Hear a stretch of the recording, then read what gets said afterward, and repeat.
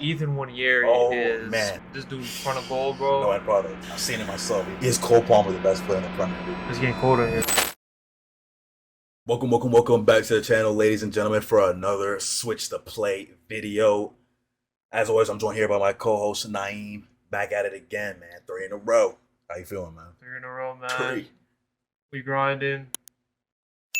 I'm kind of excited for this video. I'm not gonna lie. It's a good video. I get to talk about a player that I've been wanting to talk about for a while now. Okay. So I'm excited. Let's get straight into it then. As you can tell by the title and thumbnail of this video, similarly to how we did every Big Six team player that they should sell, now we're doing every Big Six team's best player of the season so far as of October, first week of October, we'll call it.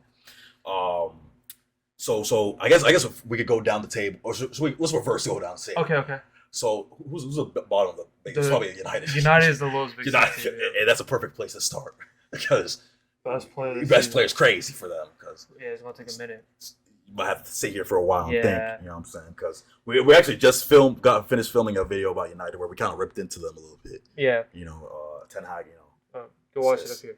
Yeah, just watch that because we definitely had some harsh truths about them. But you know, we're gonna be nice now. We're gonna say who their best player was, man. You know what I'm saying? So the best player this season. It's very tough to choose, bro. It's hard to say. Being honest. I think for me, it has to be either Diallo or Garnacho. That's what I was thinking. I think ability-wise, Diallo is their best attacker. But Garnacho comes up with the end product. The end product. Say there's not too much end product with Diallo. I mean, you can't blame him too much because I mean, like I said, they're both young players. Yeah, of course. And of course, United just as a whole just aren't good. But you know, from what I've seen from Diallo, he's probably the most positive. I mean, obviously, you want Kobe Mino to be in that as well, but the midfielders for United this season, it just hasn't been good enough, man. It hasn't as a whole. So I think my answer would probably be Diallo for United. Okay, we can do it. I like Diallo too. Yeah, Garnacho obviously comes with the end product. Outside of that, United are just a shambles, bro. Like the fact that we had to pick up, two youngsters like that. It's not a good sign. And we didn't even get into Bruno Fernandes, Marcus Rashford. Rashford don't like it. Kobe Manu, I feel for him a little bit because the two midfielders, the type of profiles they are, he's being asked to do a lot. Yeah. And that game against Liverpool, was that with Gravenberch, the game Gravenberch had the player of the match? Oh yeah, he single-handedly ripped apart that whole. And he was just doing that whole midfield, bro. Yeah. Those long legs, man, Gravenberch, bro. You know, speaking of free going up the table. Let's jump to Liverpool. Okay. You know what I'm saying? Speaking of Gravenberch, that's the dude I wanted to talk about because he's been the best Liverpool player this season. Or are you saying Gravenberch? Yeah. Okay. Off our performances. That's what I was saying. Yeah, Mo Salah got the GA. Luis Diaz. I was thinking Diaz is another one. You know who was underrated in that as well? Well, not underrated, but I want to give him his flowers at the back. Not Virgil van Dijk because I do think he's going to do it. Ibrahim Konate, bro. Yeah. He scored. I think he scored recently, right? He scored at the San Siro against Milan, and then he scored at the Molyneux against Wolves. And he's not known for his goal scoring ability, but he's doing everything on the pitch for Liverpool. He is a man now. Oh my days! He can't move him. It's just so nice. I can't even say yin and yang, where one's the ball player, one's they can. I mean, to a certain extent, Konate's okay with his ball playing abilities. Obviously, Virgil's a lot better. Yeah, I was saying he's the all around machine. But Konate as a defender, bro, in the air, on the ground, he has the highest dual win rate in the league right now, 75. I think second is Gay, third is Virgil. And you look at Liverpool's stats. We have the most clean sheets. We have the best defense in the league. We won 9 of our 10 in all comps. Man. We're the best team in the league right now. We're the best team in the league. Best team on form right now. And a lot has to do with them too in the back, bro. Yeah. We're so much more solidified this year. Obviously, last year under Jurgen Klopp, we give up the odd goal. Actually, more than odd goal. We concede. We concede a couple. We concede in the first 5 minutes. We'd always go down 1-0. And just to see that whole back line actually start meshing together. Even Trent this year has contributed defensively. So it's just beautiful to see. But Ryan Gravenberch is just I love watching him. Gravenberch has done something to his profile is so unique. It's because obviously the size, the long legs, but he can go in and win a tackle, then he can get back up, spray a ball. Get back up, quick play. Bro. I love a player profile three like phases, that. bro. Yeah, everything. He does it all, bro. Like you talk about like new managers coming in and like elevating players, bro. He's elevated to another level. Like he played a little bit of the 10 last year under Klopp. He showed glimpses, but nobody knew he could do this as a 6 because I think he played a little bit of 6 with Bayern. Yeah, and he didn't like it, bro. I was gonna say he played a similar role at Bayern, but like it wasn't working. Yeah, it was a 6, but I feel like they probably asked a lot different from him. Now, bro, he's all over the pitch. Whether it be linking a play from the back, winning duels, and then next thing you know, keeping the ball, taking left, right. Attention, he can do that, and then when you want him to get aggressive, run down the whole pitch, get past a couple players because him progressing the ball is so. I'll say his ball carrying ability is so amazing. Like he can do. Oh man, he really can do everything, bro. And then you get to the final phase, he can find the last pass. He can come up with an odd goal. Like, I have a question for you. Who's a player that reminds you of Gravenberch? I think two come to mind. I think I feel like I know one. I think Vieira is one. Oh shoot, I was expecting that. I think Seedorf is another one. Okay. I was thinking prime Paul Pogba. Prime Paul Pogba. I can see it. Moving the ball, winning tackles. Yeah. I just saw. I don't know why I'm making this about Pogba, but I just saw a Pogba compilation of Euro 2020 where he was just winning the ball, getting back up, spraying it, and I was like, bro, that's Ryan Gravenberch right now. Like that game, I just saw Ryan Gravenberch. Bro, with Ryan, like he does so many things so well. You can compare him to a lot of people. So I would say Vieira and Seedorf was a good one too. Yeah. With the ball winning and everything like that. Ball winning midfielder, gladiator. Yeah. But I also want to give flowers to Diaz as well, and then like you said, Salah, because Salah, they thought he was done, and I actually saw a report earlier that was like Salah doesn't want to go to the Saudi league anytime soon. Like he thinks he can still compete in Europe. There's a lot of reports coming from Liverpool with like Trent signs, Virgil signs. It's a lot right now, especially Trent. But, I would say Trent. I saw. But it's all rumors right now. We'll see. Hopefully, all three of them sign. But go ahead, keep going on. But yeah, I was pretty much saying like the way you thought he was done. But I mean, like the thing about Salah is that usually those attributes that players have, such as goal scoring, like if you're a natural goal scorer like a Mohammad Salah, you don't lose that, bro. Like he just has it. Like he has the instinct to get in the right place at the right time, and you see that now under Arne Slot because it's a lot of waves of attack that you can end with a Mohamed Salah goal or a Luis Diaz goal that we see, which by the way his end product has gone up. For me, Diaz has always been a cold player, but maybe you might say you wanted a little bit more from the end product. Last year killed us. Between him and Nunez missing chances, it was bad. Was big. But I mean, he's coming up scoring goals. Yeah. Did he score a hat trick recently, or was it a brace? It was a brace at Old Trafford. Yeah, I guess freak. Yeah, but like you said about Salah, bro. I feel like we're just destroying United, by the way. Like we gotta chill out on United, bro. Like it's already going down. Just watch our other video where we destroyed them. But with Salah, bro, like he's always been that player where younger Salah at Liverpool, he give you the performance and the output. Yeah. Now just to be keeping 100 with him, bro. The performances they kill me sometimes, bro. Especially today too. Like he's showing signs of slowing down. His first touch is iffy nowadays. His pace is going down. Yeah. And don't even ask him to be a defender one-on-one. His bag is very limited. He's not doing step overs. His bag is very Ronaldo limited. chops. He's not doing that. But you can't hate on a player when he always ends up with the output. He will score. He will score. That's the main thing. You can't hate on it. That is the thing. You know, with players like that, where they are like natural goal scorers, sometimes you do. We even said about Haaland a couple times, and maybe like Ronaldo, that players like that, where it's like if they're not scoring a goal, they're most likely going to have a terrible match. Yeah. It's just like this is not their game. But what you ask from him to score goals, like he's going to provide. Yeah. You know what I'm saying? You always need a player like that, and to have him on the wing like that, bro, he's amazing. You touched on Luis Diaz. He's been immense this year. Like you said, cold footballer. Now having the output, he has 5 league goals, and he's just firing all cylinders. And this attack is looking very, very, very good under Arne Slot. I'll say Arne Slot, man. We're gonna talking about some new managers. We got Chelsea coming. Do you want to touch up on Liverpool? Or you think we should move on to? I think we should move on. Let's move on to Chelsea. Okay. You know what I'm saying? Because we were talking about new managerial appointments. Enzo Maresca. He's got Chelsea playing. They're fourth right now, I believe, in the league. We just looked at that.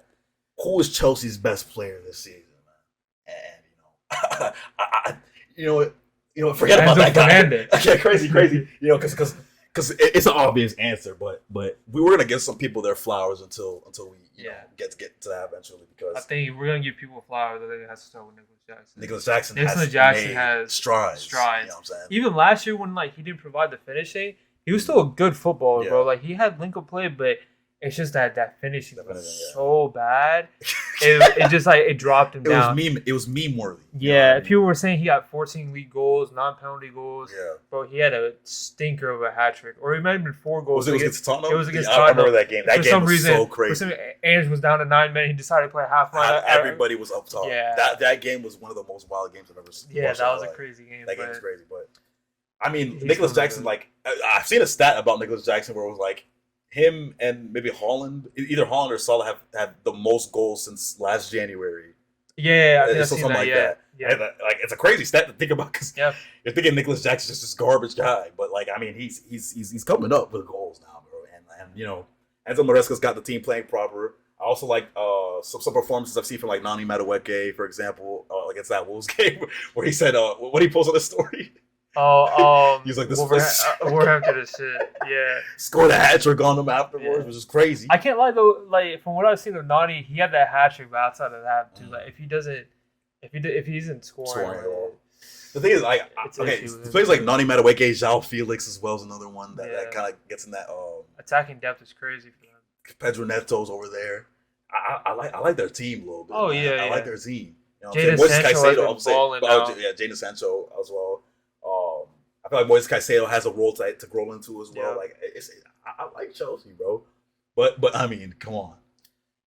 It's getting cold in here, bro. It's a guy that does cold in here, these ones right here. You know what I mean? Like how can we not? He came out saying that originally he got that celebration from Morgan Rogers. Oh, really? Yeah, that's his celebration. He used to do it, and he had a little different variation to it or something. Trae thing. And he added his own spin on it. I mean, his thing. I mean, what can we say about Cole Palmer? Attacking play. Goodness. As soon as he gets the ball, he's looking to destroy some. You know what I'm saying? That performance against Brighton, the first Premier League player to ever score 4 goals in 1.5. Blitz them crazy. And it's last season, you remember what they were saying about him? Oh, he's a penalty merchant. Yeah. He's just scoring a whole bunch of penalties. You know what I'm saying? He don't really like that. This season, he's making penalties and open play goals, man. It don't matter what you do. It don't matter what you do with Cole Palmer. He's inevitable. He's like a breath of fresh air to watch, bro. You see, bro, he doesn't have a weakness, bro. He can do everything, bro. I think the best thing that he does, and so visible compared to other players, is when he gets the ball, he's so decisive. He's always in the right spot. You see him get the ball, 1-2 touch. Either ends up with a chance created, a shot on goal, but he's so quick with his decisions. I'll say he has urgency, Bro, he's always in the right spots, bro. He knows what he wants to do and he does it. Yeah. And it's usually successful. It usually comes off because, I mean, if you take him out of that team, how many goal contributions just disappear out of nowhere? It's incredible the way that he's able to do that in that midfield. And I mean, I have a question for you. Is Cole Palmer the best player in the Premier League right now? We're going right now. Player-wise, yes. He might be, man. Because even if you look at his GA last year, he has more GA than Haaland. Not goals. This season? Yeah. No, since last year. Oh, what? Really? Yeah, because Haaland had 30-something goals, but he didn't have the assist. The assist was, He had more combined GA than Haaland.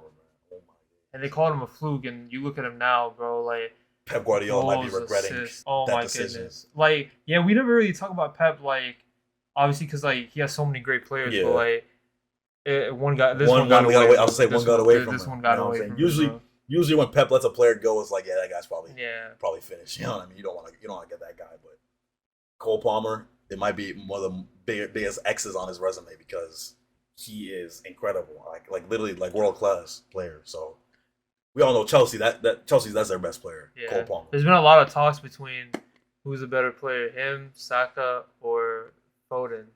Cool. Yeah. So I mean, speaking of Saka, let's go to Arsenal. Okay, so Saka. I mean, obviously Saka's always a candidate to be one of Arsenal's best players. But I mean, I don't know if you're talking this season. I don't know if you want to throw him up there, but I think I will. The thing, if you're comparing him to a Cole Palmer or a And Foden, I'm not. He's barely even played like recently because he's been on the bench a lot for City. But a lot of what Foden's recent takes I've seen is due to the Euros because he was so bad at the Euros. Really bad, yeah. But like a lot of people forgetting what he did last year. I would say like, last calling year, him a scrub. Like it's one thing to compare all three, but calling him a scrub is crazy. I feel like it's a recency bias. Like the recency bias it gets bad, especially when you're talking about like these footballers. Because like you said, last season, like people, you could say he had a Ballon d'Or worthy season last year, and obviously this year things are a little bit different. I heard he had like maybe like personal issues or something like that, but he's been on the bench a little bit for City here and there. He made his season debut today. Oh, I didn't watch that game. What they play against? They play against Fulham. Actually, 3-2. Yeah, Fulham should have had like 3 goals in the first half. Damn. I gotta watch that. Adama Traore, goddamn, this dude in front of goal, bro. No end product. I've seen it myself. He played for us for about 6 months and then wanted back. But let's bring back to Arsenal. But for Arsenal, I mean, I think for me this season has to be Saka. You still put Saka up there. He has 7 league assists. I think he's assisted like the first 6 games. I think he has assists every game. Oh season. really? Yeah. Oh wow. Saka's definitely up there. You also want to throw up, let's see, like dealing with any of the defenders up there. Yeah, Saliba, Gabriel. Yeah, they're very solid. They're leaking a lot more goals this year, though. I will say that individually. I mean, if we're going to like, I think 2 shock players for me. David Raya has improved his game. I was gonna say goalkeeping. So I was like David Raya. I love, bro. He makes clutch saves. David Raya. And I thought this was a player you're gonna say your guy Kai Havertz. Oh, I was saying, I thought you said Thomas Partey. No, Thomas Partey. Like recently, he had a good. Who was it against? I mean, he can have that odd performance, but I don't know who. Was they Champions League? I think it was in the Champions League. Who they played? They played. They beat somebody home. Oh, PSG. Was it PSG? I was gonna say PSG. I think it was that PSG game. Was it 1-0? Was that? Yeah. I think it was the PSG game. But like you said, Kai Havertz. Like I've been a Kai Havertz defender for a long time now. Yeah. And like when he's playing well, like it's crazy. Because I just like the role that he plays up top. Because you wouldn't expect him to have those abilities to be able to play up there, but him, Saka, the understanding that the whole team has connecting with that midfield as well, I really like that. But Saka, I mean, I feel like Saka, the goal contributions and what he brings to Arsenal, I feel like you have to go Saka. So reliable, he's playing every game, like every minute of every game. Man. And some people don't like that because it's like in seasons of previous towards the end, usually you can't blame him because he's getting used so much. The use is too high, I feel like. But now it's like, do they even have somebody off the right? I was like, who'd they bring on? Like, I know who they can bring on in general. Have you seen Ethan Wanieri? No, oh man. Ethan Wanieri is 17 years old. Oh my goodness, we might have to do like a youngsters video or something. Oh man, we have to do that because him, the guy, like football's in good hands. Like him, Lamine Yamal, some other, you know what I'm saying? Samu we talked about too. Like I feel like Wanieri has that skill set, man. Brilliant in behind. Like I mean, obviously, like they have so many midfield options that you don't know how many chances he's gonna get either on the wing or in the midfield. But the future is bright for Edwin and Naeem. He's cold, man. You know what I'm saying? So shout out to him as well. He's probably their best like youngster. Yeah. But Saka probably gets his flowers for the best player so far this season for Arsenal. I think we move on to Tottenham. Oh man, they're CrossFit, the North London rivals, Tottenham. Yeah. Best player this season for Tottenham, I think it's one and only. He's gone crazy recently. You're thinking about Van de Ven. Okay. You think of Brennan Johnson? Brennan Johnson has improved his performances a lot recently. But I think consistency was Van de Ven has had what Mickey Van de Ven has done offensively and defensively at center back. Offensively, but did you see that goal against United where he just ran up? He has 2 assists like that. Yeah, he had one against Everton. Was it ever? Yeah. But that was like the full length of the pitch. Oh my days, bro! Yeah. What is it about Van de Ven that just has huge? And bro, he's so quick. He's the fastest. I would say strides are. He's one of the fastest players the Premier League ever seen. Maybe the fastest. He's so quick. The profile, like I always talk about player profiles because like I love a unique player profile. He's very unique. Van de Ven is one of the most unique players that you'll see trotting up the pitch at center back, just marauding up there. You know what I'm saying? And then getting assists. And I'll be you definitely want to throw him up there. I want to give a shout out to Brennan Johnson though because they tried to kill him. They tried to kill him, and now he's scoring goals. You know what I'm saying? So shout out to BJ. Tottenham are putting something together, bro, because Solanke's firing now, too. I see Solanke. I like him. He's firing, I like firing now, too. You know what I'm saying? Scoring goals as well. Bentancur's put some good performances in midfield. I feel like Bentancur's always been solid, but this season. I mean, Tottenham kind of had like a little bit of an inconsistency this season, but like I feel like now, like you said, they're starting to put it together a little bit. So, hey, Van de Ven, shout out to him because he even since last season when he first signed, at first when they thought that Tottenham was going to win the league in October, you know what I'm saying, he was going crazy. Still putting up performances for them now. So, Mickey Van de Ven, I think we got our answer for best Tottenham player, Mickey Van de Ven. Let's end it off with Manchester City. Citizens. You know what I'm saying? Dominance, maybe this season it might come to an end, but Manchester City. Well, we beat around the bush, man. Erling Haaland, guys. All right. Like share. Gotta be Erling. Yeah, come on, it's gotta be. Like the guy, like I don't know, because at first, like I mentioned earlier, we were always wondering about how he would play in a system like City, and now we knew he was gonna score goals, but it was the other things that you wondered about. But like the sheer pace and size and strength that he has, like he's gonna bully people, bro. So clinical, bro. Like you see him, like he's on top of his game right now. He's come back healthy. Missed a lot of time last year with the foot injury. And I think, like, bro, like, you see some of the games where, like, he doesn't pop up with the goal. Like, obviously, if he doesn't pop up, he's non-existent. Because they don't ask him, like, to hold up play or anything. He's in the box, basically. Just make runs. But, like, you got to blame City sometimes for that. Because if you watch City, bro, again, like, it's normal City left, right, until you finally break through. But, bro, like, the runs in behind he makes sometimes, and, like, just him around the box, they don't provide him sometimes, bro. Just, like, instead of passing around, just take a risk, put it in the box towards him, slip him the pass. Like, they don't do that enough. That's one thing I do like about him, though. Like, sometimes as a striker like Haaland, you have to sacrifice. Yeah. You know what I mean? Like, Haaland will make a run 100 times in a match. Yeah. He's not going to get found 100 times. Yeah. But the runs that he does make opens up the space for other players to work in behind, which is very, very valuable. Even if you said, like you said, even if he's not scoring the goal, that run that he makes that triggers that defender to follow him, that space right there for someone to go occupy. 100%. You know what I'm saying? So it's always going to be a useful thing for Haaland to be on the pitch, even if he is atrocious and sticking it up when he's not scoring. Those runs are so valuable. Can't believe they got him for 30 million, 40 million.